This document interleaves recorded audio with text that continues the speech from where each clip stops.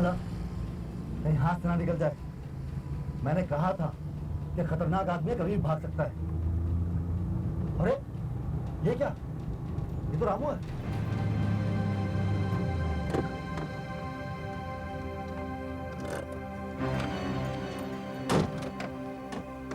क्या हुआ, कहाँ गया वो? बॉस वो मेरे हाथ से निकल गया।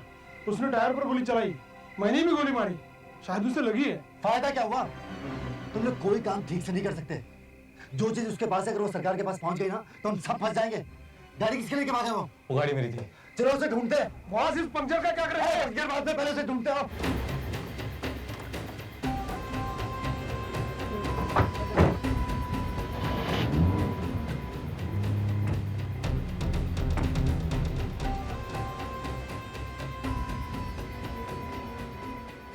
पिछले 7 दिनों से उसकी पिटाई कर रहे हैं, लेकिन वो ये बताने के लिए तैयार नहीं है कि वो चीज कहाँ पर छुपा रखी है। बहुत पहुंचा हुआ आदमी है वो। जिस गाड़ी को लेकर वो भागा है वो खटारा है, ज्यादा दूर तक नहीं जाएगी, कहीं कहीं आगे जाकर खराब हो जाएगी। ये देख सामने तेरी गाड़ी। रोक रोक रोक रोक, यही गाड़ी है तेरी? हाँ यही।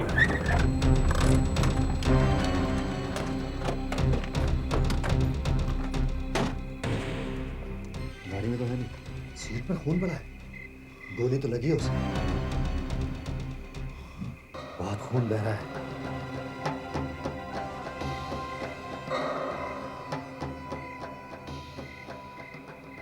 हाँ, जंगल में क्या है?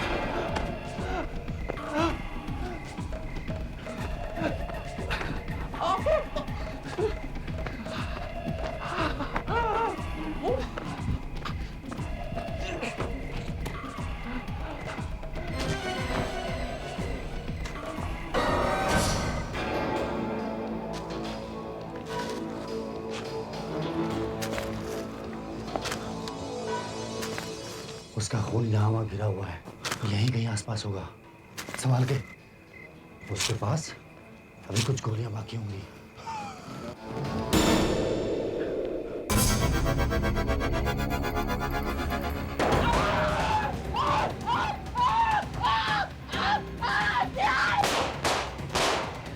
कोई फायदा नहीं है सुभाष, बाहर आजा।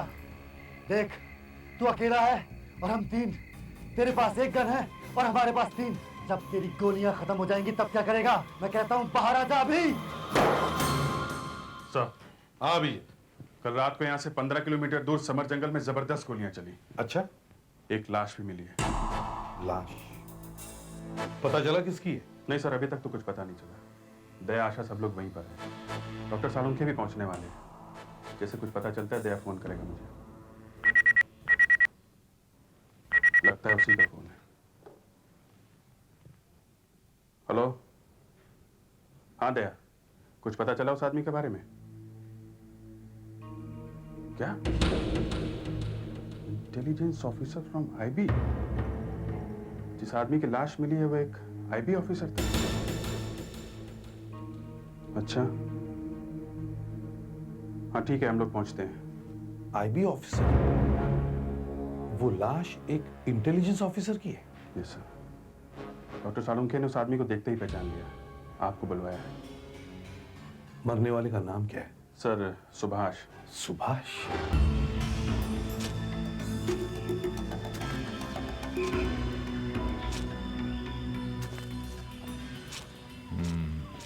बुलेट की शेल्स।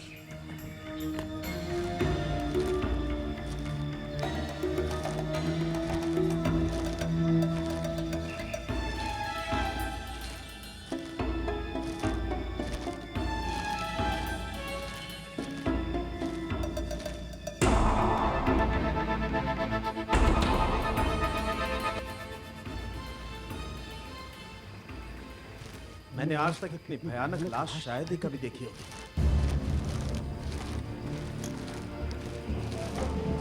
सर यहाँ कुछ शेल्स मिले हैं, लाश वहां पड़ी सर।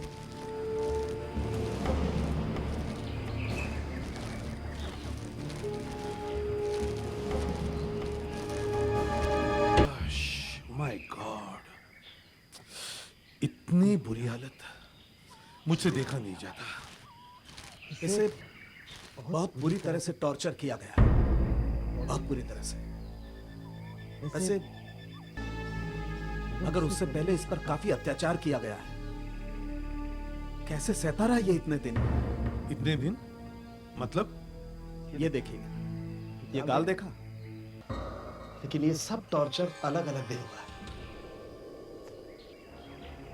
वो वहां एक गाड़ी खड़ी है सड़क पे, उसी से आया होगा ये यहाँ। से लगता है गाड़ी खराब हो गई थी, स्टार्ट नहीं हो रही है, इसलिए वो गाड़ी छोड़ के यहाँ जंगल की तरफ भागा होगा। यहाँ पीछे गोलियों के शेल्स पड़े हैं सर। ये यहाँ भी है, यहाँ भी है। और सर यहाँ भी कुछ शेल्स पड़े हुए हैं।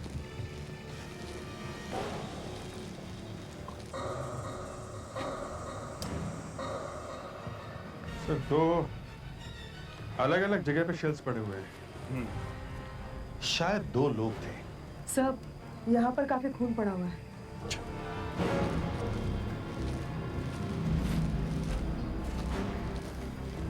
ये देखिए सर, सुभाष ने जो गोलियां चलाई थी वो इनमें से किसी एक को लगी होगी और वो यहाँ पे आके गिरा होगा। खून बहुत बहा है, लाश तो यहाँ है नहीं। वो आदमी जरूर जख्मी हुआ होगा, और अगर उसे गोली लगी है तो वो यहाँ से सीधा किसी डॉक्टर के पास ही भागा होगा। अभिजीत, तुम आसपास की सारी डिस्पेंसरी, क्लिनिक, हॉस्पिटल चेक करो। हमारे पास सिर्फ यही एक लीड है, इससे हमें कुछ मिल जाए तो मिल जाए। सुभाष की बॉडी में से एक और गोली मिली, गोली कंधे में लगी है। मतलब इसे 2 गोलियां लगी। बहुत अच्छा ऑफिसर था। बॉस, दिल तो नहीं चाह रहा था कि लाश की चीर फाड़ करूं, मगर क्या करूं, ड्यूटी तो ड्यूटी है।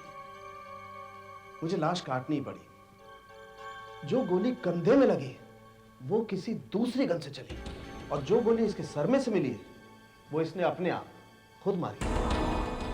खुद मार ली? हाँ, गोली उसी रिवॉल्वर में से निकली है जो लाश के पास पड़ा था, और उस रिवॉल्वर पर सिर्फ इसी की उंगलियों के निशान थे। इसे 4-5 दिनों तक तड़पाया गया था, तो किसी ने इसे कहीं पकड़ के रखा हुआ होगा। और फिर सर ये वहां से किसी तरह से निकल भागा होगा, मगर रास्ते में गाड़ी खराब हो गई और फिर से घेर लिया गया। और कोई रास्ता नहीं बचा तो मार लिया अपने आप को। मगर बॉस, अगर ये भाग रहा था तो इसके पास रिवॉल्वर कहां से है? वो इसी का है। दिल्ली से इंफॉर्मेशन मिली है कि वो रिवॉल्वर उसका नहीं था। मतलब उन बदमाशों का ही चुरा लिया? हाँ, इतना तो एक्सपर्ट था ये, मगर किस बात के लिए उसे इतना तड़पाया गया? शायद कुछ इंफॉर्मेशन निकालने के लिए, जो ये बता नहीं रहा होगा। दिल्ली आईबी ऑफिस से एक इंटेलिजेंस ऑफिसर आ रहा है, वो ही बता सकता है कि सुभाष के पास कौन सी जरूरी खबर थी। कौन है ये officer? Raman Kapoor.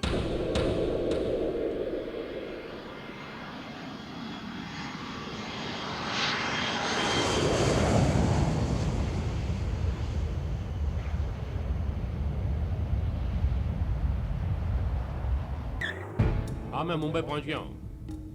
CID bureau की तरफ जा रहा हूँ। नहीं, सीआईडी को अभी तक कुछ मालूम नहीं है, लेकिन हमें थोड़ा बहुत तुम्हें बताना होगा। आखिर हमारा अपना मतलब है, एक इंटेलिजेंस ऑफिसर मारा गया है। थोड़ी बहुत इन्फॉर्मेशन हम देंगे सीआईडी को, बाकी वो लोग खुद ढूंढ लेंगे। हाँ हाँ, उत्साह दें ये लोग, ढूंढ लेंगे।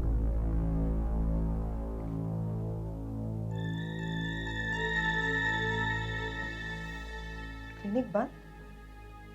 डॉक्टर आए नहीं अभी तक? टाइम तो 9 बजे का लिखा है, तो 11 बज गए, अभी तक तो कोई आया नहीं।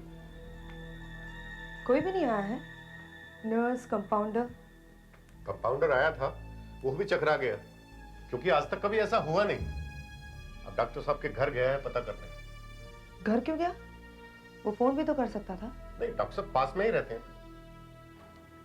पास में रहता है और आए नहीं।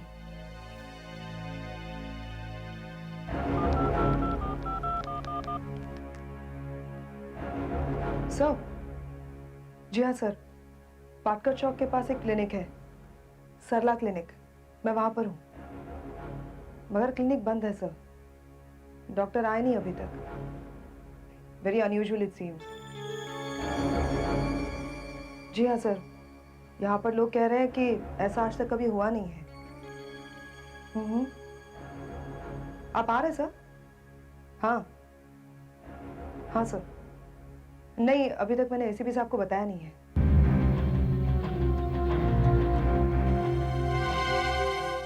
ACP Pradyuman. Nice meeting you. Raman here. My I card. लगता है आपने मुझे पहचाना नहीं। हम पहले मिल चुके एक बार दिल्ली में, डीसीपी शर्मा की पार्टी में। ओ यस यस यस, मैं यही सोच रहा था कि आपको पहले कहीं देखा है। काफी पुरानी बात है। जी हाँ, 5 साल तो हो गए होंगे। डीसीपी शर्मा अब कैसे हैं? बीच में सुना था उनकी तबीयत कुछ ठीक नहीं थी। हाँ, अब तो बिल्कुल ठीक है वो। मुझे लगता है कि अब पुरानी बातें करना मुनासिब नहीं होगा। मैं यहाँ क्यों आया ये तो आप जानते ही हैं। अच्छा, सुभाष पे जिन लोगों ने गोलियां चलाई, उनका कुछ पता चला? जिस गोली से सुभाष की मौत हुई है वो उसने खुद ही अपने ऊपर चलाई है। उसे बहुत ही ज्यादा टॉर्चर किया गया था। ओह, मुंह से कहीं कुछ निकल ना जाए, इसलिए उसने अपनी जान ले ली। सर, सुभाष ऐसी क्या चीज छुपाने की कोशिश कर रहे थे जिसकी वजह से उन्हें इतनी बुरी तरह टॉर्चर किया गया? आपको कुछ पता है? थोड़ा बहुत। सुभाष यहाँ कुछ टेररिस्ट ऑर्गेनाइजेशन के पीछे लगा हुआ था। हर महीने अपनी रिपोर्ट भेजता था। उसकी आखिरी रिपोर्ट में उसने लिखा था कि उसके हाथ कुछ ऐसी चीज लगने वाली है जिससे सारे देश में धमाका हो जाएगा। फिर अचानक वो गायब हो गया। ऐसी क्या चीज हो सकती है? शायद कुछ लोगों के नाम होंगे। हमें उन लोगों को फौरन ढूंढना होगा। हमारे आदमी लगे हुए हैं। हेलो। हाँ अभिजीत बोलो। सर, मुझे यहाँ फाटकर चौक में बुलाया था आशा ने। सर, हम लोग वो 10 किलोमीटर के एरिया में सब डिस्पेंसरीज और क्लिनिक चेक कर रहे थे। है कोई चांस कहीं से कुछ मिलता है सुना? नहीं सर, किसी ने कहीं पे कुछ नहीं देखा। सर, किसी आदमी को गोली लगी हो और कोई ना देखे, ऐसा कैसे हो सकता है सर? अभिजीत, देर रात की बात है, वो लोग कहीं चुपके से घुस गए होंगे। Yes sir. सर, यहाँ पर एक क्लिनिक है, सरला मेडिकल क्लिनिक। सर, यहाँ पर हालात कुछ ठीक नहीं दिख रहे हैं। सर, सुबह से डॉक्टर साहब यहाँ आए नहीं हैं और उनका कुछ पता नहीं चल रहा है। अपने घर पे भी नहीं है सर वो। क्लिनिक बंद है या खुला है? सर, क्लिनिक बंद है और काफी लोग खड़े हुए हैं बाहर सर। लगता है कुछ है। लग तो रहा है सर। ठीक है, 1-2 विटनेस ले लो साथ में और दरवाजा तोड़ दो। बाकी लोगों को हटा दो वहां से। Yes sir. सुनिए, आप और आप यहाँ रुकिए, बाकी सबको पीछे ले चलो। चलिए आप लोग उधर जाइए। चलिए आप लोग चलिए आप सब उस तरफ। पीछे। वहाँ ले जाओ। सब चलिए चलिए। चलिए। दरवाजा तोड़ना पड़ेगा। क्या लगता है? सर मुझे भी लगता है कि यही कुछ हुआ है। सदाकर, सर तोड़ दो दरवाजा। 1 2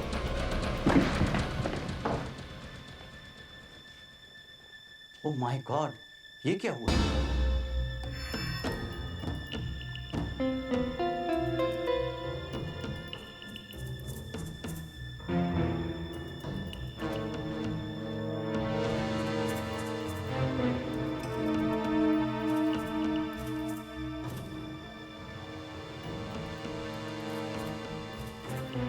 वाकई यहाँ जरूर कुछ हुआ है।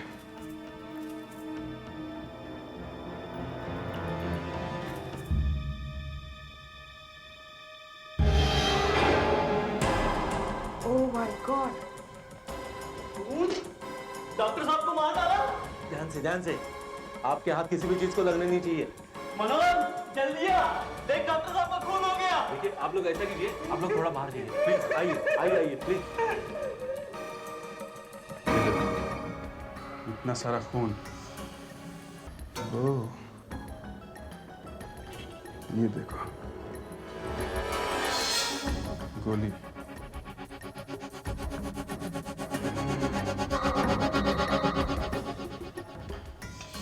जिस डॉक्टर ने गोली निकाल के जान बचाई, उसी की जान ले ली उन लोगों ने। सर ये वही लोग हैं जिन्होंने सुभाष को मारा है? लगता तो ऐसा ही है। तुम यहाँ फिंगरप्रिंट्स ढूंढना शुरू करो।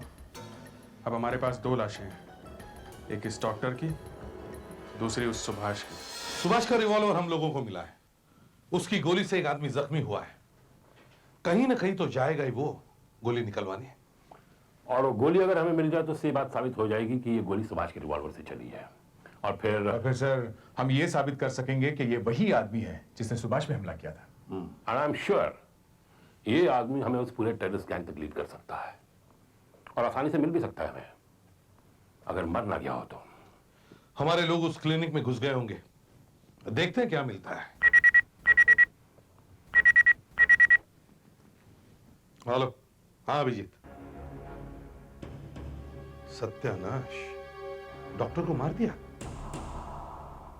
मतलब यही लोग थे वहां पे जंगल में? और कुछ मिला? गोली गोली भी मिली? अच्छा ठीक है, तहकीकात जारी रखो। ओके। देखा? सुना मैंने। डॉक्टर, उस डॉक्टर को ही मार दिया जिसने गोली निकाली थी। और कुछ मिला वहां पे? कोई और क्लू? इन्वेस्टिगेशन चल रही है, देखते हैं क्या मिलता है।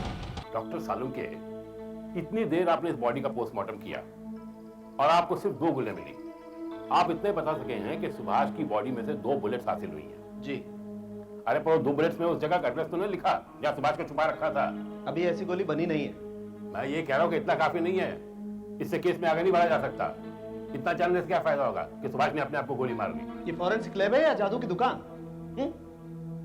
मैं कोई जादू करूं जो मुर्दे का मुंह सूंघ कर ये बता दूं कि उसका जन्मदिन कब है? मैं सिर्फ वही बता सकता हूं जो मेरे सामने है, बस। एसीपी साहब, आप तो कह रहे थे कि आपकी फॉरेंसिक लैब में आदमी कुछ भी कर सकता है। मैं सही कह रहा था। एक मिनट, जस्ट अ मोमेंट। आप खुद ही क्यों नहीं कर लेते पोस्टमार्टम? करो। या एक मिनट, आप सुभाष के कान में जोर से चिल्लाकर इसी से क्यों नहीं पूछ लेते कि वहां क्या हुआ था? शायद ये आपकी बात सुन ले। पूछ लो। आप मेरा मजाक उड़ा रहे हैं? बेवकूफ समझते मुझे? डेड बॉडी की बात करने को कह रहे हैं? प्लीज। करेक्ट। अब की ना सीधी बात। डॉक्टर साहब शांत हो जाइए। आपने मुझे फोन पे किसी छोटी सी एक पेपर की गोली के बारे में बताया था, क्या है क्या? ये बताने देंगे तो बताऊंगा। ओहो। और इन्हें नहीं बताऊंगा। अच्छा मुझे तो दिखाओ। ओके।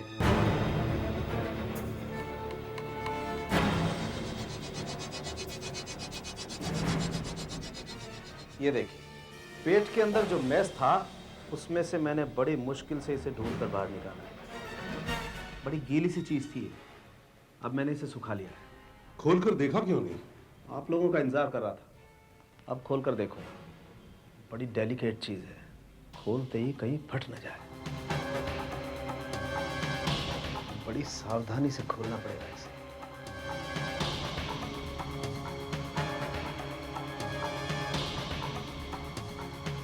पेट के अंदर जो एसिड होते हैं उसमें खुला नहीं, बच गया। बॉस, यहां पर कुछ लिखा हुआ है।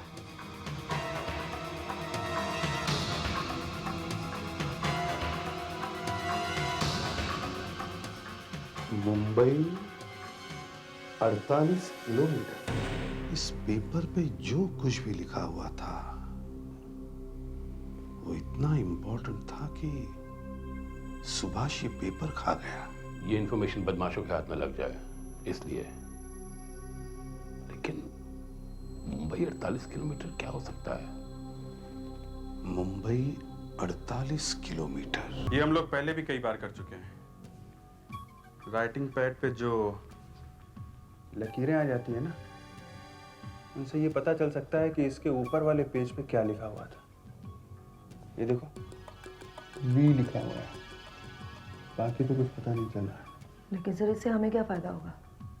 तो अगर हम ये मान के चलें कि डॉक्टर ने इसमें कोई मेडिसिन लिख के दी है, तो एक तो हमें दवाई का नाम पता चल जाएगा, और फिर हम ये ढूंढने की कोशिश करेंगे कि उन लोगों ने ये दवाई कहाँ से खरीदी है। Yes sir. अब इस पूरी क्लिनिक में जब दूसरा कोई सबूत है ही नहीं, तो हमें इसी से काम चलाना पड़ेगा। काम चलेगा या नहीं ये तो डॉक्टर सालुंके ही बताएंगे। क्योंकि इसमें जो कुछ भी लिखा है बहुत हल्का है।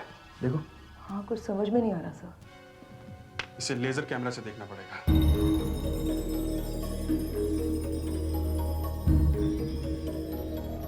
दिखाओ तो क्या है? कुछ समझ में नहीं आ रहा है सर, क्या लिखा हुआ है? इसे हम लेजर इंप्रेशन लिफ्टिंग डिवाइस पे लगा के देखते हैं। ये लेजर कैमरा है। इसकी बीम इस पेपर को ऊपर से स्कैन करेगी और फिर बाद में हम इस पेपर को नीचे से स्कैन करेंगे इस एंगल पर। इस पेपर पे जहां कहीं भी उतार चढ़ाव होंगे वो उस कंप्यूटर पे रिकॉर्ड हो जाएगा। और फिर ऊपर वाली और नीचे वाली इमेज को जब हम मिला के देखेंगे तो हमें पता चल जाएगा कि इस पेपर पे क्या लिखा हुआ है। अब इस डिवाइस को ऑन करता हूँ।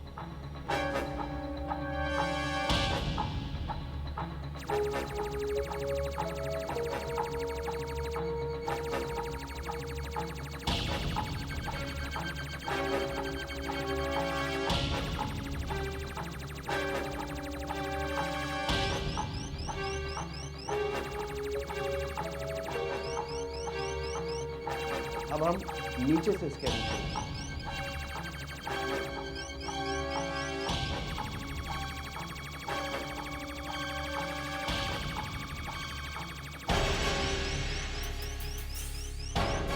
ये देखिए, वेरोक्सिन 50 mg। इसके ऊपर वाले कागज पर वेरोक्सिन लिखा हुआ था।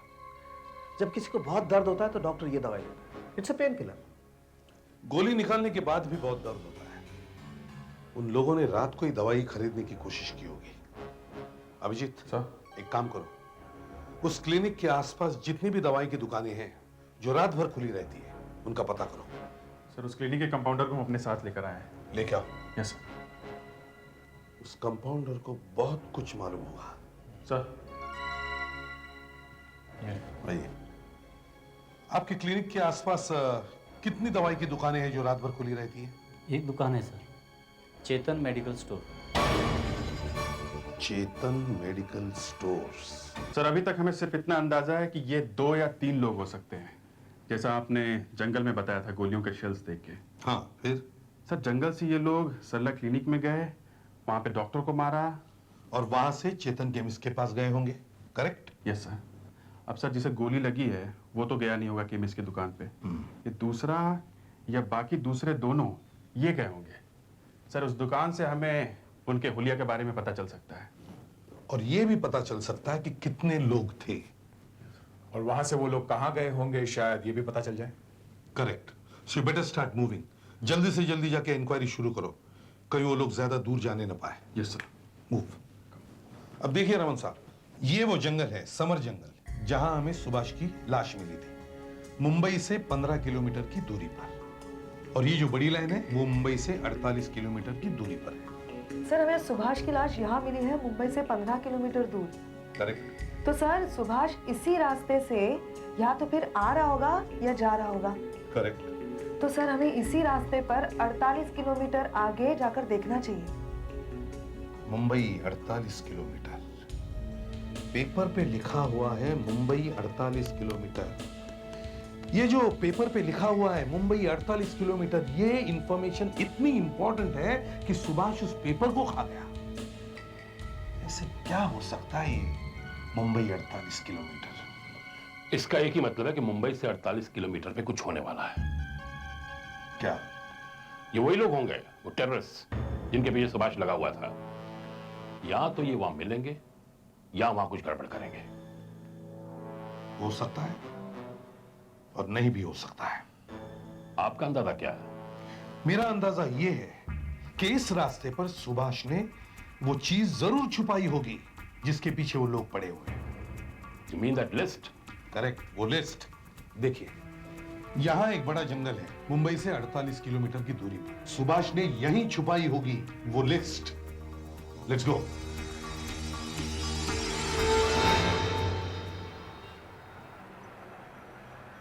ये रहा। सुनिए, परसों सारी रात आपकी दुकान खुली हुई थी क्या? जी हाँ, हमारी दुकान तो हर रात खुली रहती है, डे एंड नाइट है। आपके यहाँ से परसों किसी ने दवाई खरीदी थी? वेरोक्सिन? जी मैं तो रात को दुकान पर होता नहीं हूँ, लड़का होता है, उसे ही मालूम होगा। लड़का कहाँ है? वो अंदर सो रहा है, उठाऊं उसे? हाँ जरा 2 मिनट के लिए प्लीज। अच्छा।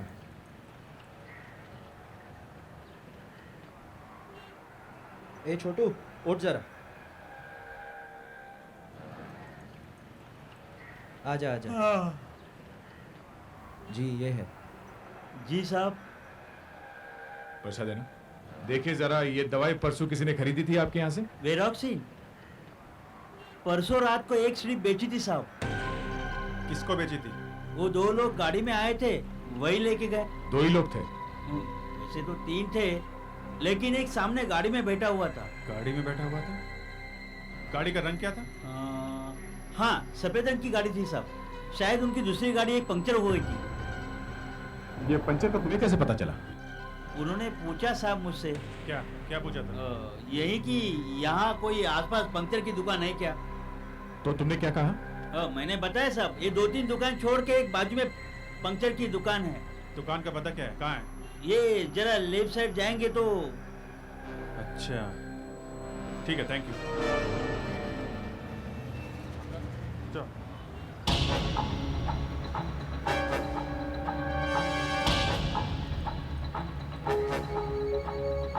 अरे सुनो।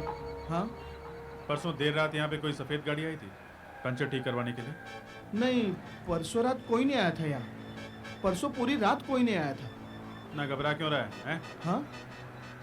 नहीं साहब, सच कोई नहीं आया था। देखो, हम लोग CID से हैं, तुम्हें कुछ नहीं होगा।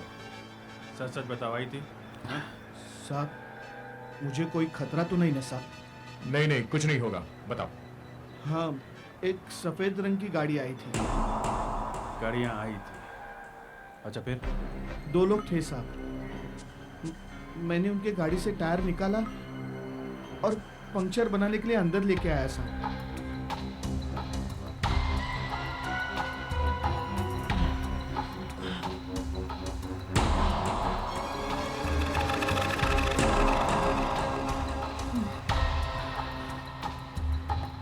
क्या हुआ? कुछ नहीं साहब। अरे तो जल्दी करने के लिए देर क्यों लग रही है? वो ट्यूब फट गई है, बदलनी पड़ेगी। हाँ तो बदल देना फटाफट। हाँ साहब। ट्यूब कैसे फट गई यार? ऐसा क्या लग गया? बॉस में गोली नहीं साहब, कीला लग गया साहब। तो जल्दी करना यार।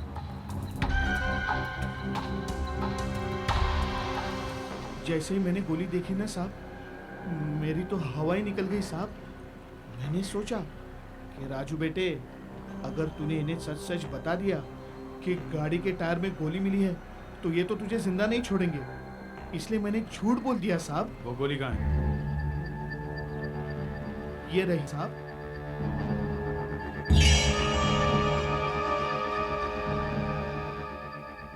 तुमने टायर गाड़ी के डिक्की में से निकाला था? हाँ साहब। तो फिर गाड़ी का नंबर प्लेट भी देखा होगा? हाँ साहब। नंबर याद है? हाँ साहब, ये नंबर तो मैं कभी भी नहीं भूल सकता साहब। गाड़ी का नंबर था MH018838। अंधे को क्या चाहिए, एक आंख या तो 2 मिल गए। कमाल हो गया, गाड़ी का नंबर भी मिल गया। ACP साहब को बता देता हूँ।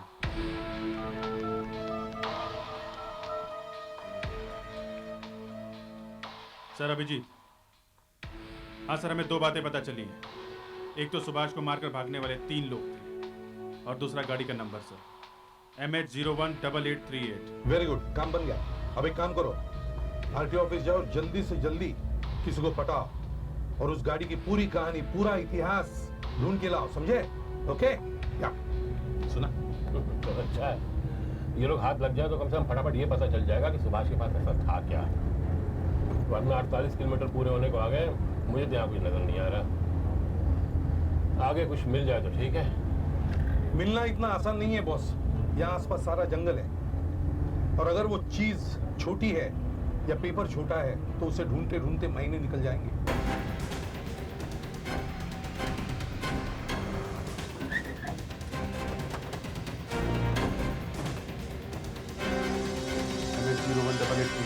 यही गाड़ी है, लगता है वो घर पे होगा।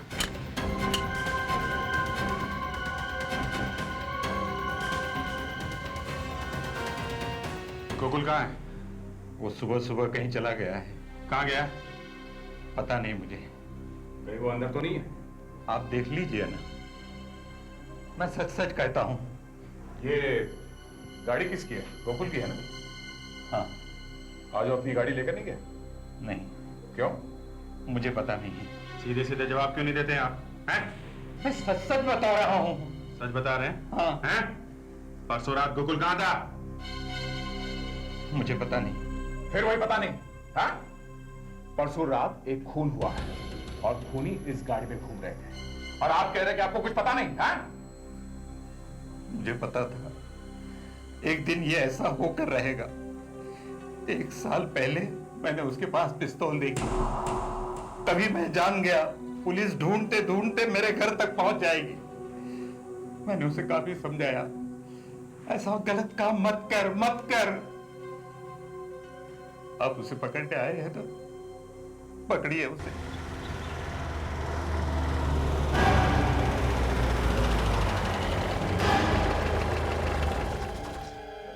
ये तो रामू की गाड़ी है। बिल्कुल आ गया। ये क्या कर रहे हैं आप क्या कर रहे हैं? ऐसा नहीं कीजिए, ऐसा नहीं कीजिए।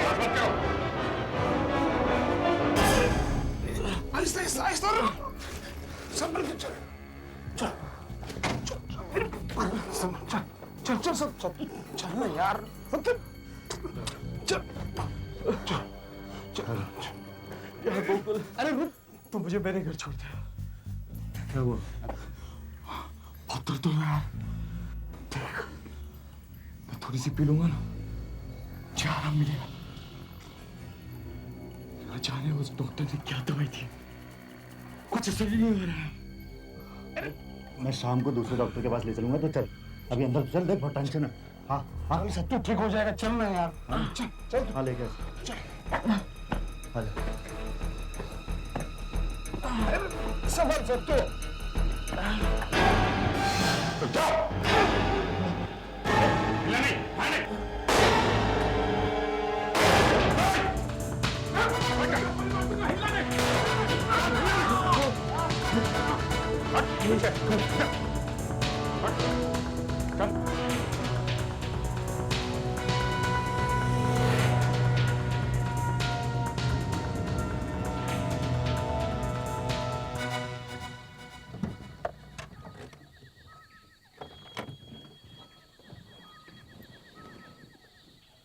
ये लो आ गए, मुंबई 48 किलोमीटर।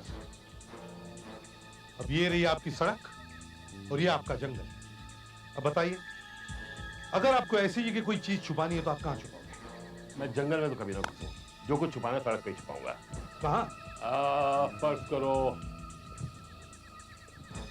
किसी पेड़ के नीचे। पेड़ के नीचे? लेकिन सारे पेड़ तो एक जैसे ही दिखते हैं, कोई खास निशानी तो नहीं है। और कहाँ छुपाओगे? और किसी पत्थर के नीचे। पत्थर के नीचे? हाँ, पत्थर के नीचे। तो पत्थर भी तो सारे एक जैसे ही दिख रहे हैं, सिर्फ ये एक पत्थर है। Yes, Mumbai 48 kilometre. यस, अगर कुछ छुपा है तो इसी के नीचे होगा। पेपर में भी लिखा था मुंबई 48 किलोमीटर। हाँ, हो सकता है। मैं कुछ खोज नहीं। हाँ जी।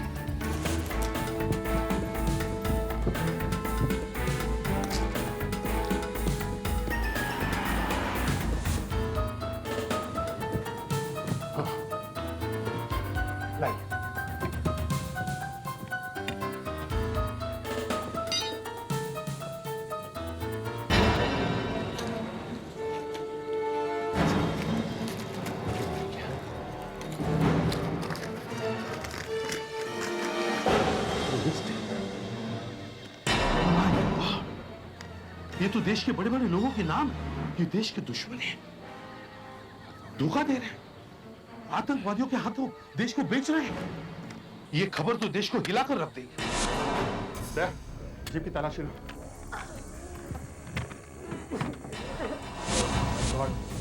यहाँ किसी की लाश है। लाश है? हाँ। हिलना नहीं। तूने कहा था तूने सब कुछ छोड़ दिया है, मगर तू नहीं सुधरेगा, तू कभी नहीं सुधरेगा। किसकी लाश है ये? हैं? किसकी लाश है ये? हमें नहीं मालूम साहब। नहीं मालूम? नहीं, हमें नहीं मालूम। नहीं मालूम? नहीं मालूम साहब। बताओ। सब गोली में चला, सब बता दो साहब। इस लिस्ट में इतने बड़े बड़े लोगों के नाम हैं, मेरे तो होश उड़ के पड़ते ही। इन्हें जरूरत क्या पड़ती है सब करने की? अपने देश के साथ धोखा? छी, जिस थाली में खाते हैं उसी में छेद कर रहे हैं। बेचारे सुभाष की जान ले ली इन लोगों ने, मगर उसकी कुर्बानी बेकार नहीं जाएगी। रामन साहब, एक एक को पकड़ो और फांसी पर लटका दो। कल के अखबार में छप जाएगी लिस्ट। सुबह सुबह अपने नाम पढ़ेंगे तो जान हलक में लग जाएगी इन बदमाशों की।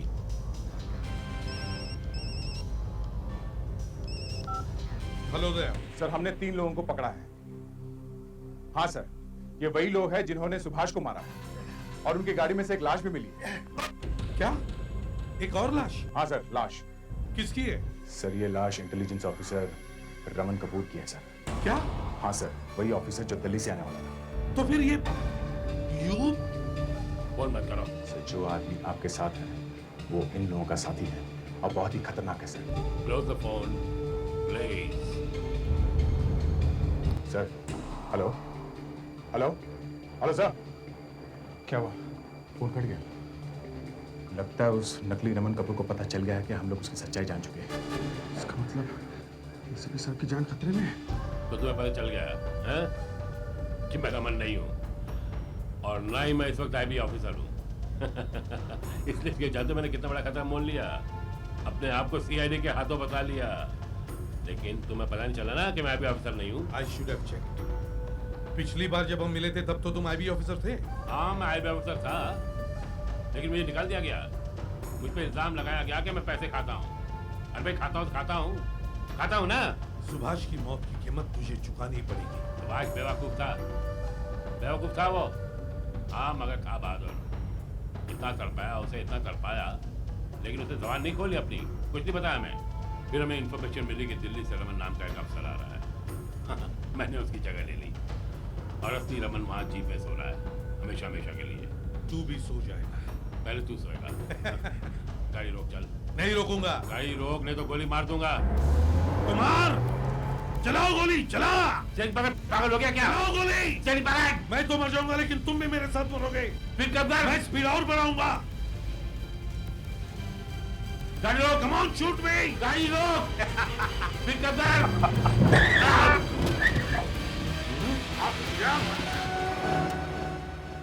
अब बोल। दो ऑफिसर के खून के और देशद्रोह के जुर्म में मैं तुम्हें गिरफ्तार करता हूं। रमेश, आखिर तुम मुझे बताते क्यों नहीं हो? हाँ, शहर से इतनी दूर मुझे यहाँ क्यों लाए हो?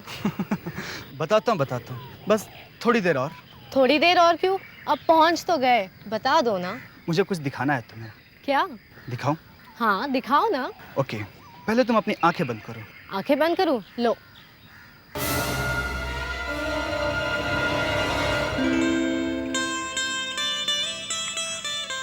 नीतू, मुझसे शादी करोगी? क्या हुआ? वहाँ पे।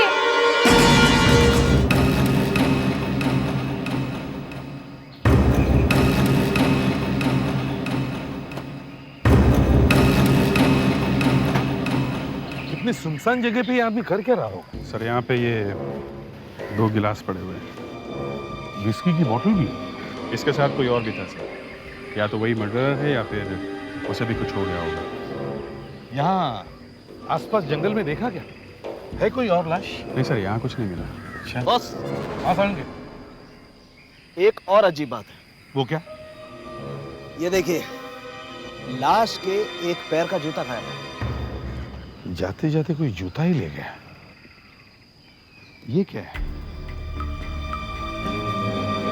कीचेन? सर इसी की लगती है। अजीब सी है। घोड़ा, ये ज्वेलरी बॉक्स, ये खाली है सर। कहीं कोई इसे लूट के तो नहीं भाग गया? ज्वेलरी मिली क्या कहीं? नहीं सर। सालम क्या? कैसे मारा है इसे? घाव काफी गहरा है, किसी भारी चीज से मारा है। चोट लगने से पहले इसने खूनी के बाल पकड़ के खींचे। ये देखिए, इसकी मुट्ठी में बाल है। सर, यहाँ एक गन पड़ी है, नकली है, बच्चों के खेलने की। नकली गन? अच्छा, मर्डर वेपन मिला? सर, ये देखिए, ये रहा मर्डर वेपन। ये यहाँ देखा? ऐसे मारा होगा और यूं फेंका होगा और यहां फंस गया।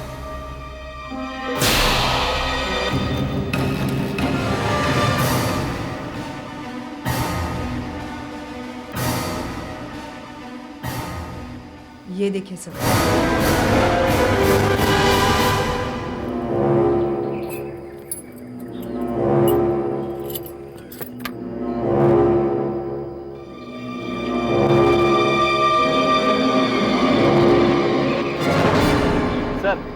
हाँ सुधाकर, जेब में वॉलेट मिला है, विजिटिंग कार्ड भी है। इसका नाम प्रेम कुमार है। एड्रेस और टेलीफोन नंबर 628915। ठीक है, घर में फोन करो, देखो घर में कौन कौन है और उनको इन्फॉर्म करो। आइए।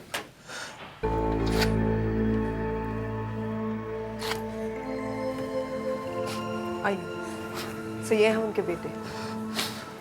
हमने लाश देखी, पापा की है। बड़े दुख की बात है। जगदीश प्लीज, देखो जो होना था वो हो गया, अब रोने से वो वापस तो नहीं आएगी। बैठिए। देखिए, ये सारा मामला बड़ा अजीब सा है, उलझा हुआ सा है। समझ में नहीं आ रहा कि किसने ये सब किया होगा और क्यों।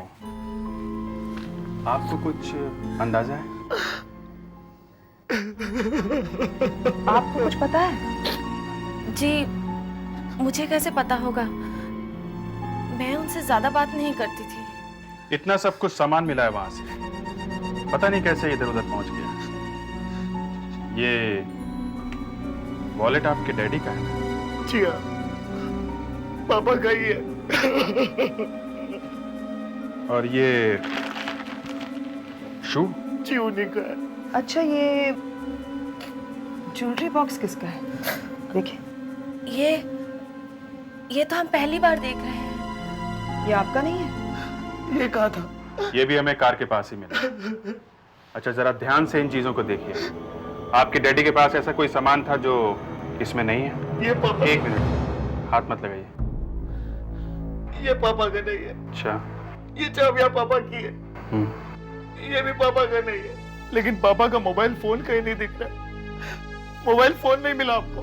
नहीं, वो था उनके पास जब वो निकले थे घर से। जी हाँ, उनके पास एक बैग भी था, हरे रंग का। क्या था उसमें? मालूम नहीं। अच्छा, ये बताइए, आपने आखिरी बार अपने डैडी को कब देखा था? कब देखा था आखिरी बार डैडी को आपने? जी, कल शाम को करीब 7 बजे जब वो घर से बाहर गए थे। उसके बाद तो। क्या वो अक्सर बाहर जाया करते थे? कभी कभी। दरअसल उनके पास घर की अपनी अलग चाबी थी। हम लोग तो जल्दी सो जाते, वो कब आते थे कब जाते थे पता ही नहीं चलता था। देखो जगदीश, अगर तुम चाहते हो कि तुम्हारे डैडी का मर्डरर पकड़ा जाए तो साफ साफ बात करो, सच बोलो। जगदीश, वैसे भी इन्हें पता चल ही जाएगा। अच्छा यही है कि हम सच बता दें। हाँ। सर, हमें लगा कि वो शीला के घर गए हैं। शीला कौन है? वो इनके पापा की दोस्त है। कहिए। जी, हम आपसे कुछ बात करना चाहते हैं। क्या? हम सीआईडी से। सीआईडी? आइए। Thank you.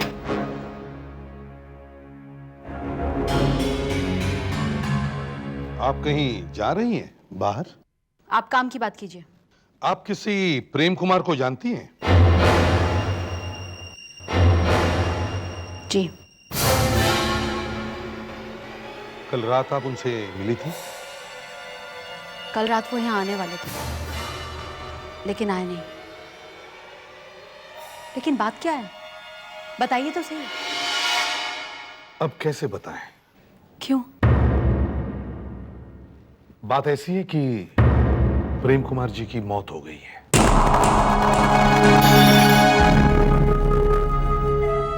कैसे? किसी ने उनका खून कर दिया कल रात को। हे भगवान, तुम ये मेरे साथ क्या कर रहे हो?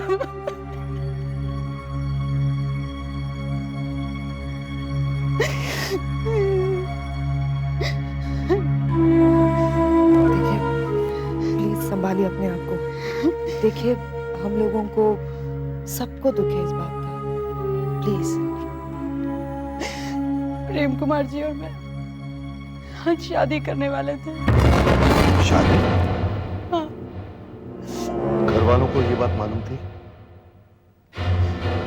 किसी को भी हमारा रिश्ता मंजूर नहीं था, विनोद को भी नहीं। ये विनोद कौन? मेरा भाई यही रहता है मेरे साथ, अब बैंगलोर गया हुआ है। कल सुबह। अगर वो यहाँ रहता तो मैं नहीं जा सकती थी, इसलिए प्रेम कुमार जी ने उसे किसी काम के बहाने बैंगलोर भेज दिया। क्या हम उनसे बात कर सकते हैं? अभी तक तो वो बैंगलोर पहुंच गए होंगे। हाँ डॉक्टर सालुंके। बॉडी की चीर-फाड़ करने से पहले मैंने सोचा इसके कपड़ों की तलाशी ले लूं। तो इसके पैंट की छोटे वाले पॉकेट में से मुझे एक कागज का टुकड़ा मिला। टेलीफोन डायरेक्टरी में से उठाओ।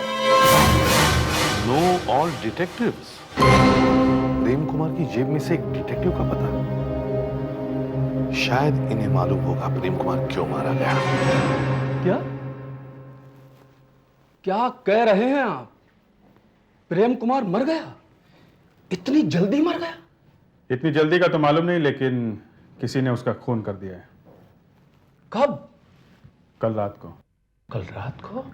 लेकिन कल दोपहर तो उसका मुझे फोन आया था कि उसकी जान खतरे में है। अब मुझे क्या मालूम था कि वो इतनी जल्दी चल पड़ेगा ऊपर को। यहाँ तो हर दूसरे आदमी का यही फोन है कि उसकी जान खतरे में है। मतलब बिजनेस अच्छा चल रहा है तुम्हारा? मेहरबानी ऊपर वाले की। प्रेम कुमार ने और क्या कहा फोन पे? कहने लगा कि 20 साल पुराना मुर्दा उसके पीछे। तुम्हारे पास मुर्दों का भी इलाज है? मुर्दे का नाम है कमलेश कोठारी। कमलेश कोठारी? हाँ, ये कमलेश कोठारी और प्रेम कुमार दोनों एक साथ हांगकांग में बिजनेस किया करते थे 20 साल पहले। कमलेश ने फ्रॉड किया, पैसे खा गया, जेल हो गई उसको। लेकिन अब न जाने कहां से ये कमलेश कोठारी आ टपका है 20 साल बाद। क्या रहा है? उसने प्रेम कुमार से कहा, तूने मेरी जिंदगी बर्बाद की है, मुझे 1 करोड़ रुपया चाहिए, नहीं तो ऊपर। तो प्रेम कुमार ने मुझसे कहा, भाई जोसेफ तू कमलेश से बात कर ले, लेकिन पुलिस को मत बताना।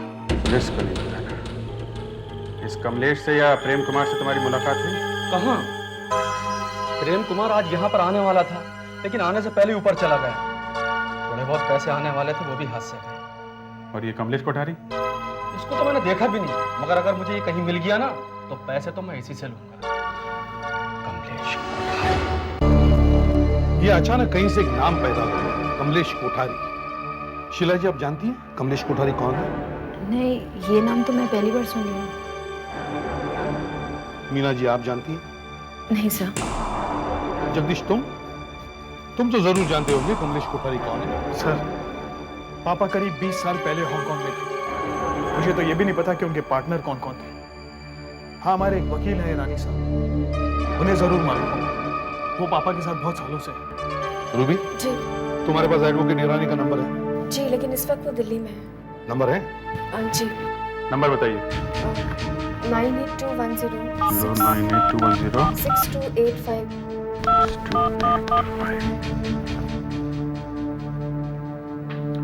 हेलो ईरानी साहब, मैं इंस्पेक्टर अभिजीत, मुंबई सीआईडी से। सर, यहाँ पर एक ट्रेजेडी हो गई है। प्रेम कुमार जी की डेथ हो गई है, यहाँ खून हो गया है। हम लोग इन्वेस्टिगेशन कर रहे हैं। अच्छा सर, एक बात बताइए, आप प्रेम कुमार जी के किसी हांगकांग वाले पुराने पार्टनर कमलेश कोठारी को जानते हैं? नहीं? ओह, अच्छा सर, मिलते हैं जब आप आएंगे। Thank you sir. नहीं सर, वो नहीं जानते। तो फिर कौन जानता है इस कमलेश कोठारी को? सर, मुझे आपसे कुछ बात करनी है। हाँ। कल शाम मैं पापा को उनके कमरे में चाय देने गई थी, तो मैंने देखा कि वो एक बैग में नोटों के बंडल भर रहे थे। कम से कम 10 बंडल थे, बड़े बड़े। मैंने ये जगदीश को नहीं बताया, क्योंकि हमारा झगड़ा हो जाता। किस काम के लिए थे ये पैसे? शादी के लिए या फिर कमलेश कोठारी को देने के लिए? ये कमलेश कोठारी हांगकांग से आता है और आते आते ये साथ में लाता है। लगता है ना कुछ कुछ चाइनीज जैसा। जब ये लाया गया तब ये मर्डर वेपन नहीं था, मगर अब इससे एक फूल। अगर सर, तुम इंटरनेशनल एयरपोर्ट जाओ और पिछले 3 महीनों में हांगकांग से जितनी भी फ्लाइट्स यहां आई है वो चेक करो। देखो उनकी पैसेंजर लिस्ट में कोई कमलेश नाम है क्या? Okay sir.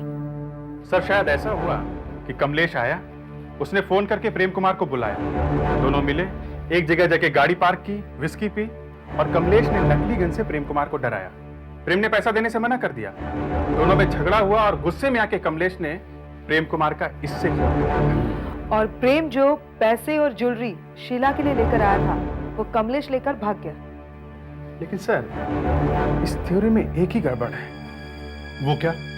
वो सर वो जूता, शू जो अभी तक मिला नहीं। सर हम ये समझ सकते हैं कि कमलेश ने पैसे चुराए, ज्वेलरी चुराई, मगर सर वो एक जूता लेके क्यों भाग गया? हेलो एसीपी प्रद्युमन, कहां पे? बॉम्ब स्क्वाड है वहां पे? ठीक है, हम लोग आते हैं। लेक पार्क में एक बैग पड़ा है, लगता है बॉम्ब है। रात में पार्क में तो कोई भी नहीं है, तो बॉम्ब कौन रखेगा? कोई नजर भी नहीं आ रहा है। बम बनाने वाले सरफेरे होते, पता नहीं उनको क्या क्या सोचता है। हर रोज बॉम्ब बॉम्ब बॉम्ब, दिमाग खराब हो गया। रुक जा, संभल के बोलना वरना दोनों मारे जाएंगे। कोई घर पे है क्या तेरा जो इंतजार करेगा? नहीं। फिर संभल के बोलना। ये बॉम्ब बनाने वाले सोचते हैं कि बॉम्ब स्क्वाड वाला ऊपर से खोलेगा और मार जाएगा, लेकिन मैं ऐसा नहीं करूंगा, मैं साइड से खोलूंगा।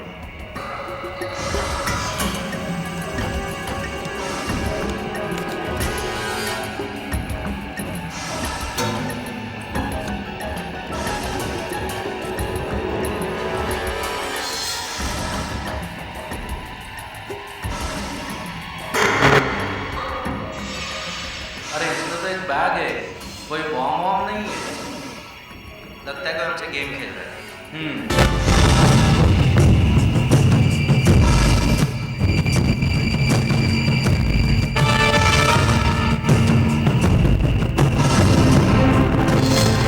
फिर भी आराम से निकाल, बैग में भी बॉम्ब हो सकता है। मुश्किल है, लगता नहीं।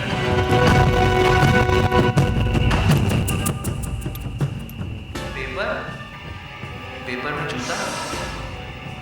ये लो, शायद यही है तुम्हारा मिसिंग जूता।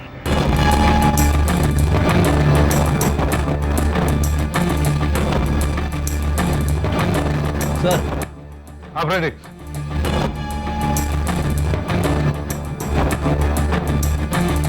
ये रहा बैग।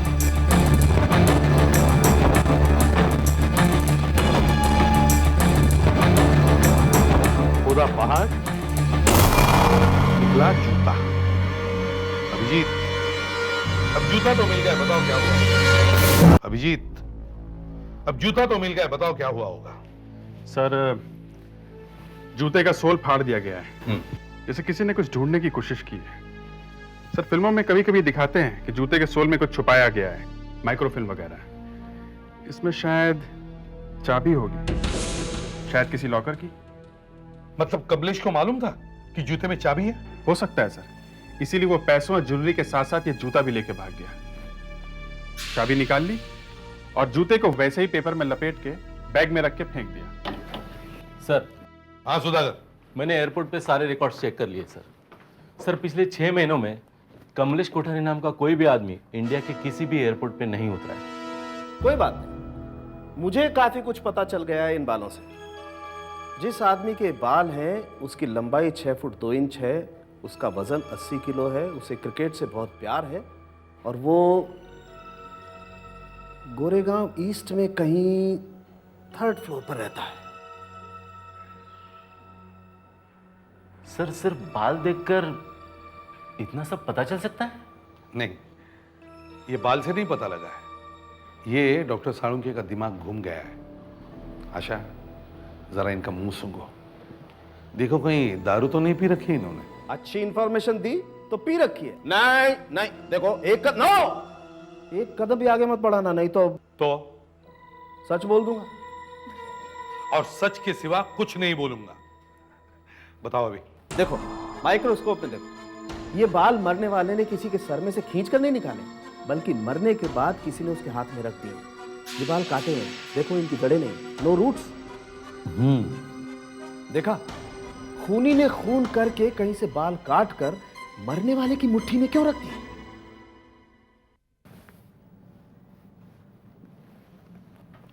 ये बाल का क्लू तो बेकार गया सर। मर्डर के बाद आदमी वहां से भागने की कोशिश करता है, मगर ये आदमी अपने बाल काट के मरने वाले की मुट्ठी में फंसा रहा है। ये आदमी पागल तो नहीं है? पागल नहीं, बहुत होशियार है वो। हाँ सर, हमें अगर आधा भी क्लू मिल जाता है तो भी हम खूनी को पकड़ लेते हैं। सर यहाँ पे 9 क्लूज हैं, फिर भी कुछ समझ में नहीं आ रहा है। और समझ में आएगा भी, क्योंकि ये सारे क्लूज मिलकर बनता है एक बड़ा क्लू। ये 10वां क्लू ये। Sir, a big zero? Yes, a big zero. ये सारे क्लूज नकली है, बेकार है। एक डिटेक्टिव को अचानक किसी आदमी का फोन आता है कि उसकी जान खतरे में है। कोई कमलेश कोठारी नाम का आदमी उसके पीछे पड़ा है। बाद में वो प्रेम कुमार का खून करता है और जगह जगह पे इन सब चीजों को फेंक देता है। ये कीचेन, ये टॉय गन, और उसके पॉकेट में एक डिटेक्टिव एजेंसी का पता छोड़ देता है। उसे मालूम है कि हम फौरन वहां भागेंगे। उसने सोचा होगा कि हम इन सब चीजों में फंस जाएंगे, गोल गोल घूमते रहेंगे, थक जाएंगे और केस बंद कर देंगे। मगर वो जानता नहीं ये एसीपी प्रद्युमन किस मिट्टी का बना हुआ है।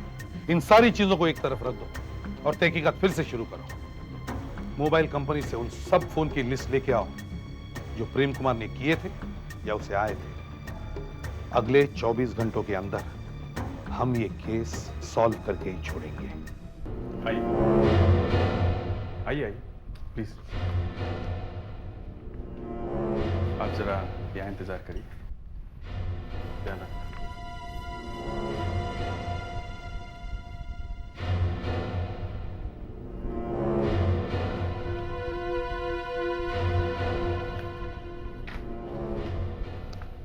सर, मुझे लगता है ये रूबी काफी कुछ जानती है। मैं किसी बहाने से यहाँ ले आया हूँ। उसे प्यार से पूछेंगे तो शायद ही कुछ बता दे। क्या कहा क्या तुमने इससे? मैंने कहा सर कि प्रेम कुमार के मोबाइल फोन के बारे में कुछ पता करना है। तो कुछ पता चला मोबाइल कंपनी से कहाँ से फोन आए थे प्रेम कुमार को? यस सर, ये 7:30 बजे एक अंधेरी की बूथ से आया था सर। 7:30 बजे? और वो 7 बजे घर से बाहर निकला, 7:30 बजे ये फोन आया। इसका मतलब है वो 7:30 बजे तक जिंदा था। सर, ये फोन उस मर्डरर का ही होगा। उसने फोन करके प्रेम कुमार को बुलाया कि चलो बातचीत कर लेते हैं। रास्ते में वो मिला और दोनों गाड़ी में बैठ के पार्क में चले गए। और दोनों ने साथ में बैठकर शराब पी। इसका मतलब है दोनों एक दूसरे को जानते थे। रूबी को मालूम होगा, रूबी को बुलाओ।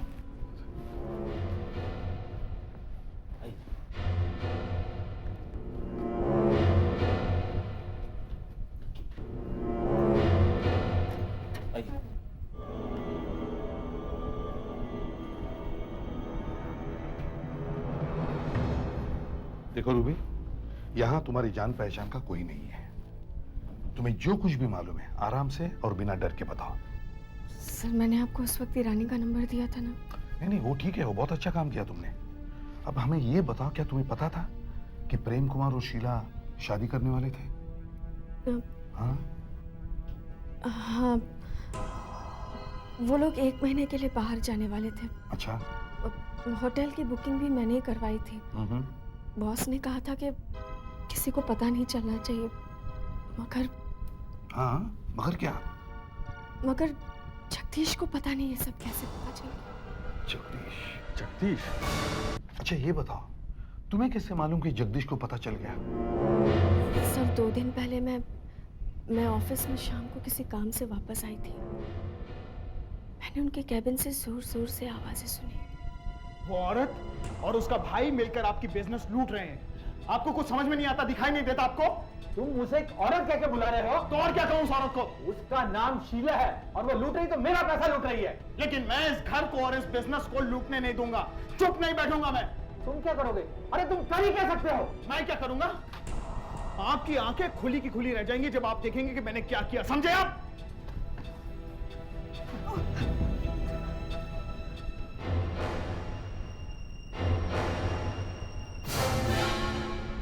अरे रूबी, तुम अभी तक ऑफिस में? अच्छा एक काम करो, एडवोकेट ईरानी का मोबाइल नंबर मिलाओ, वो दिल्ली में ही है। जी।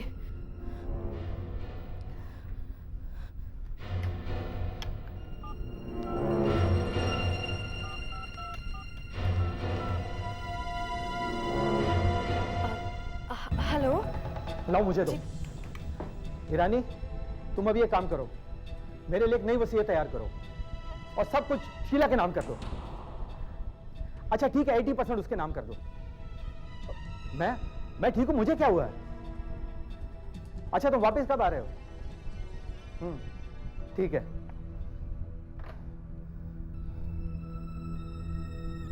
रूबी जी। एक कॉफी मंगाओ मेरे लिए। अरे शीला तुम आओ। रूबी 2 कॉफी मंगाना। जी सर। आओ शीला। मुझे वो शीला कभी अच्छी नहीं लगी। पता नहीं हमारे बॉस जैसे अच्छे आदमी उसके चंगुल में कैसे फंस गए। दिखती भोली भाली, स्वीट स्माइल, मगर है अंदर से कुछ और उसका भाई विनोद हमेशा पैसे मांगता रहता था। कोई बिजनेस शुरू करने वाला था, दोनों ही बैठे थे लूटने के लिए। वो वसीयत बन गई है जिसमें सारा पैसा शीला के नाम होने वाला था? शायद। ईरानी साहब को मालूम होगा। जी हाँ, मैंने नई विल बना दी थी। जैसा प्रेम कुमार जी ने कहा मैंने वैसी वसीयत तैयार कर दी। उसने कहा मेरी 80% प्रॉपर्टी और पैसे शीला को दे दो, मैंने वैसे ही लिख दिया। और बाकी 20%? 20% जगदीश को। मैंने प्रेम कुमार को समझाने की बहुत कोशिश की थी, पर उसके सर पे तो प्यार का भूत चढ़ा हुआ था।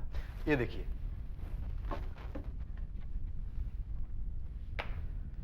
ये देखिए, ये है पुरानी बिल और ये है नई वाली। लेकिन नई वाली में एक चक्कर है। इसमें भी कुछ गड़बड़ है? इसमें ही तो प्रॉब्लम है। इस विल पे प्रेम कुमार के साइन है ही नहीं। इस वसीयत की तो कोई वैल्यू नहीं है, ये किसी काम की नहीं। इस वसीयत पर प्रेम कुमार ने साइन क्यों नहीं किए? जब ये विल बनी थी तो मैं दिल्ली में था। मैंने सोचा जब मैं मुंबई वापस जाऊंगा तो पहले उसे समझाऊंगा, फिर साइन करवा लूंगा। पर यहाँ तो पहले से ही। तो इसका मतलब ये हुआ कि जैसा पुरानी वाली वसीयत में लिखा हुआ था उस हिसाब से अब सब कुछ जगदीश को ही मिलने वाला है। हाँ। ईरानी साहब, जरा सोच समझ के जवाब देना।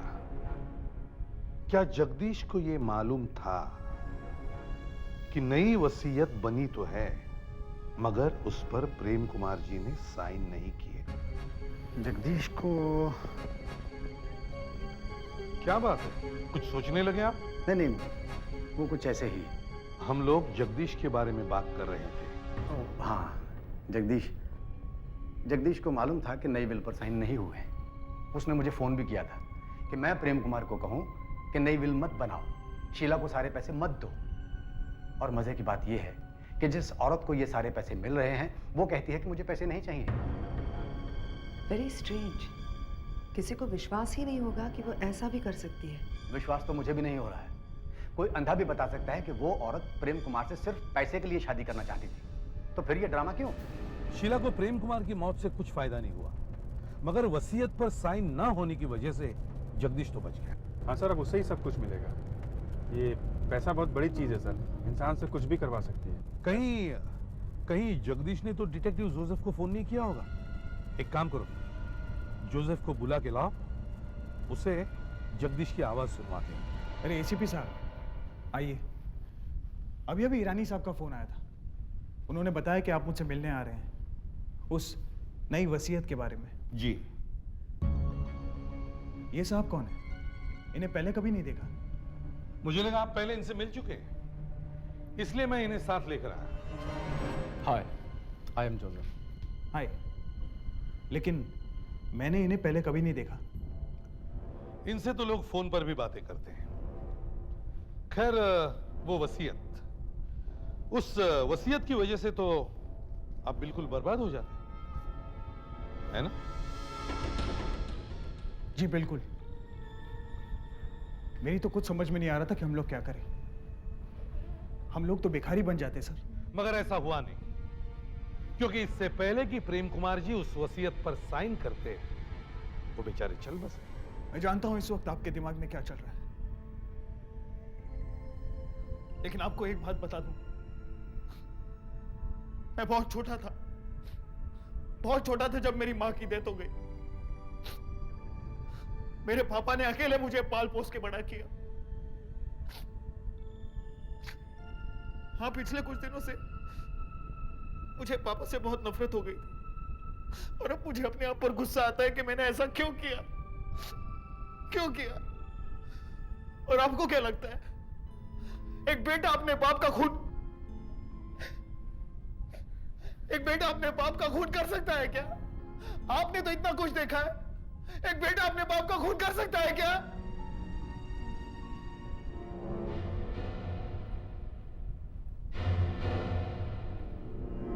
समझ में आया? नहीं सर, ये वो आदमी नहीं है जिसने मुझे फोन पर कमलेश कोठारी की छोटी कहानी सुनाई थी। नहीं सर, ये वो आदमी नहीं है। सर ये जगदीश का नहीं, शीला का चक्कर है। ये मेरी सिक्स सेंस कह रही है सर कि हो ना हो इसमें शीला का कुछ ना कुछ कनेक्शन है। मगर उसे तो नुकसान हो गया इससे। नहीं सर, ये उसने नहीं कराया है, ये उसके किसी प्रेमी ने किया है। प्रेमी ने? मैंने तो इस एंगल से सोचा ही नहीं था। Good good, great work Asha, great thinking. Thank you sir. चलो मान लेते किसी प्रेमी ने किया, मगर खून करने के लिए उसने वही हथियार क्यों चुना, वो चाइनीज जैसा दिखने वाला? डू यू मीन टू से सर इस मर्डर वेपन का हांगकांग से कुछ कनेक्शन है? शायद। मतलब सर ये कमलेश कोठारी लेके आया होगा? हे भगवान, फिर वही Kamlesh Kothari. I told you Asha, there is no Kamlesh Kothari. कोई कमलेश कोठारी वोठारी नहीं है। तो सर फिर ये मर्डर वेपन आया कहाँ से? अच्छा चलो फिर से खोलो वो डब्बा। ये रहा, ये चाबी और उस पे लटका हुआ ये घोड़ा कुछ समझ में नहीं आता है। नंबर 2 ये टॉय गन, नंबर 3 ये ज्वेलरी बॉक्स जो खाली था, 4 ये फटा हुआ जूता, और ये murder weapon.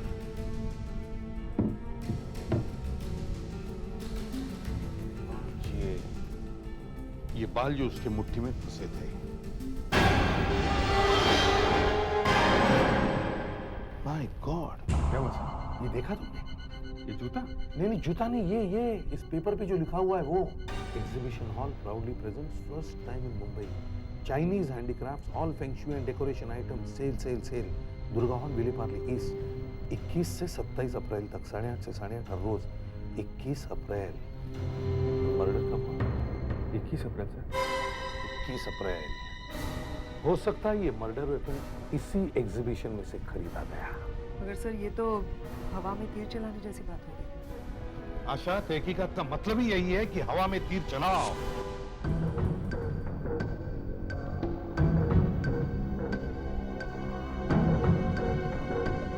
May I help you, sir? मैं आपको फेंगशुई के बारे में बहुत मदद कर सकती हूँ। ये देखिए विंड चाइम है, इसको आप घर के ईच साइड में लटकाएंगी तो कोई इविल स्पिरिट नहीं आएगी। ये मैं आपको दे दूँ? नहीं, ये क्या है? ये पीस एंड प्रॉस्पेरिटी के लिए है। ये दरवाजे के ऊपर लटकाएंगी तो आपकी जिंदगी बहुत अच्छी बीतेगी। और ये क्या है? ये आपको कहाँ से मिला? ये तो हमारे यहाँ का बेस्ट पीस था। ये देखिए, ये ओरिएंटल और यूरोपियन आर्ट का मिक्सचर है। ये वाला हिस्सा चाइनीज है और ये वाला यूरोपियन। इसके साथ हालांकि फेंगशुई का कोई ताल्लुकात नहीं है। ये खरीदा किसने था? ये तो मुझे याद नहीं। यहाँ तो सैकड़ों लोग आते हैं, पर वो एक आदमी था और वो इसे तोल कर देख रहा था। दिखता कैसा था? कैसा दिखता था वो आदमी? गोरा सा था, स्मार्ट सा था, और हाँ, वो जब यहाँ था ना, उसका एक फोन आया था। कुछ कह रहा था बैंगलोर जाना है, जल्दी जाना है। शीला का भाई भी बेंगलोर गया हुआ है ना? तुम रूबी को फोन करो, उससे पता करो वो बेंगलोर से कब लौट रहा है, ट्रेन में कहाँ बैठा है, कोच नंबर, बर्थ नंबर सब पता करो उसका। जी सर। अच्छा, गोरा सा था, लंबा था, कैसा था वो? हाँ। अच्छा, बेंगलोर जाने की क्या बात कर रहा था? क्या कह रहा था? कह रहा था कि जल्दी जाना है, बैंगलोर जाना है। सर बस। सर वो उद्यान एक्सप्रेस से 1 घंटे के अंदर मुंबई में आ रहा है। उसके कोच का नंबर है S4 और वो सीट नंबर 36 पर बैठा हुआ है। अच्छा, बात क्या है बताइए तो नहीं। नहीं कुछ नहीं, थोड़ी बातचीत कर। अच्छा, बातचीत करनी है तो फिर ठीक है। अच्छा विनोद जी, आप विनोद जी? हाँ, हमें प्रेम कुमार के ऑफिस से ही पता चल गया था आपका कोच नंबर और सीट नंबर। अच्छा, वही मैं सोच रहा था कि आपको कैसे पता चला। रूबी ने बताया था, उसी ने कराई थी ना आपकी बेंगलोर जाने की बुकिंग। जी हाँ। काफ़ी अच्छी सेक्रेटरी, और शीला ने भी आपके बारे में काफ़ी अच्छी बातें बताई। शीला ने? हाँ, आपकी बहन है ना? जी हाँ, बहुत अच्छी है, बहुत ख्याल रखती है मेरा। जब वो भी आ रही हैं CID ब्यूरो में। आइए।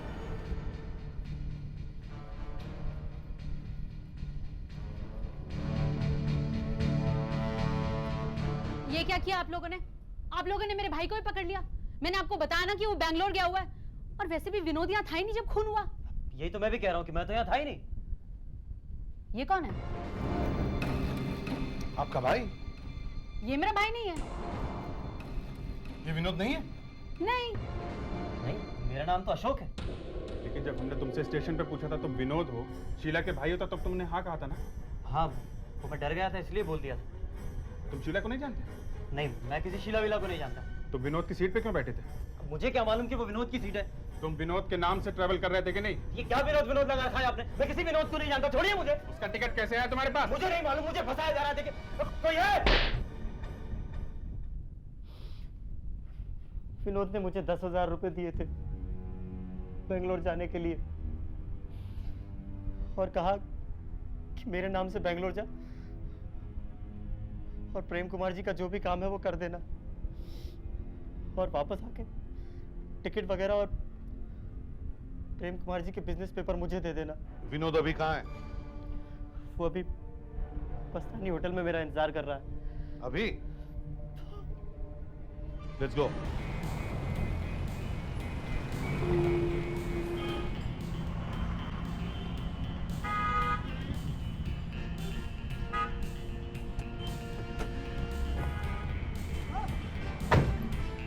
अभिजीत सर, संभल के जाना, कहीं कबूतर उड़ न जाए। Yes sir. सुधाकर, तुम होटल के दरवाजे पर ही खड़े रहना। ओके, समझे? जाओ।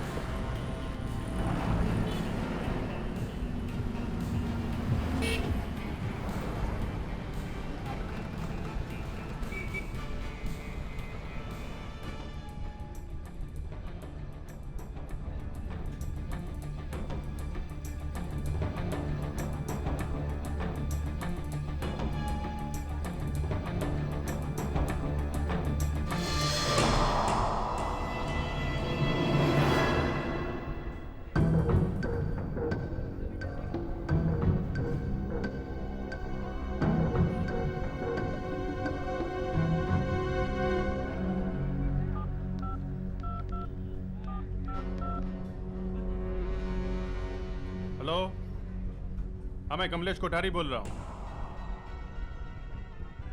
क्या साहब इतनी देर से बैठे, ऑर्डर वगैरह करना है कि खाली टाइम पास करने बैठे? अच्छा। नहीं नहीं, मैं किसी का इंतजार कर रहा हूँ।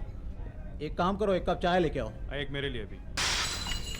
4 नंबर टेबल, खाया पिया कुछ नहीं, गिलास थोड़ा 5 रुपया। ठीक है, ले आता हूँ।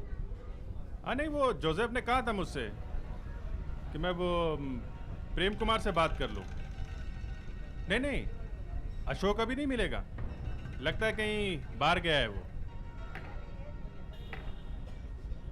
हाँ ठीक है, मैं शीला से मिल लूंगा।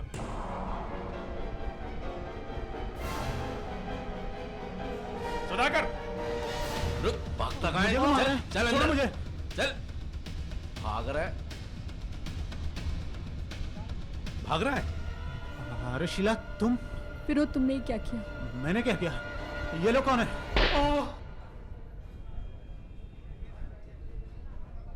हाँ, मैंने ही प्रेम कुमार का खून किया साहब। असल में मैं बेंगलोर गया ही नहीं साहब, और ये शीला मेरी बहन भी नहीं है साहब। हम दोनों लोगों को फंसा के लूटते हैं और ये प्यार का नाटक करती है साहब।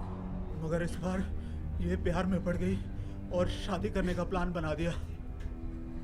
मैंने इसको बहुत समझाया पर ये मानी नहीं, उसने शादी का प्लान बना दिया साहब। अगर ये शादी कर लेती तो मेरा क्या होता साहब?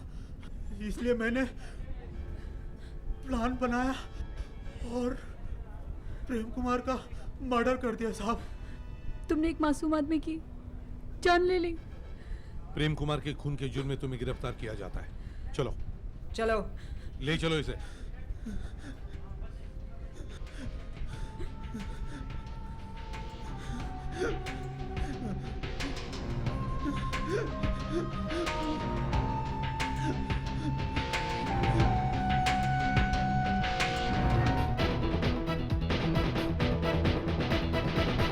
CID के और भी मजेदार और सस्पेंस से जुड़े एपिसोड्स को देखने के लिए हमारे चैनल को सब्सक्राइब करें और बेल आइकॉन दबाना ना भूलें।